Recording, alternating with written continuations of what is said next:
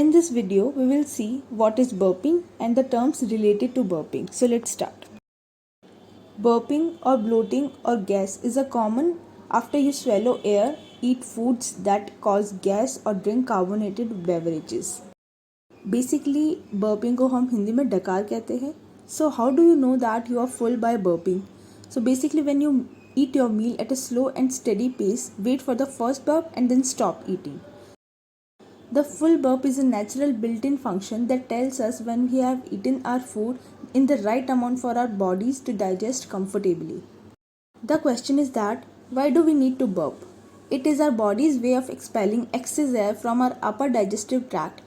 Burping is sometimes because of the drinking and eating carbonated beverages and food items. That's why we do baby burping. Why we do burping to a baby?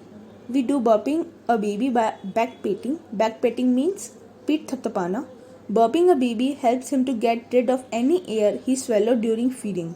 Burping a baby benefits you just as much as it does to him. So that's all for this video. If you have any query, any doubt, you can ask me in the comment section. Thank you so much guys for watching this.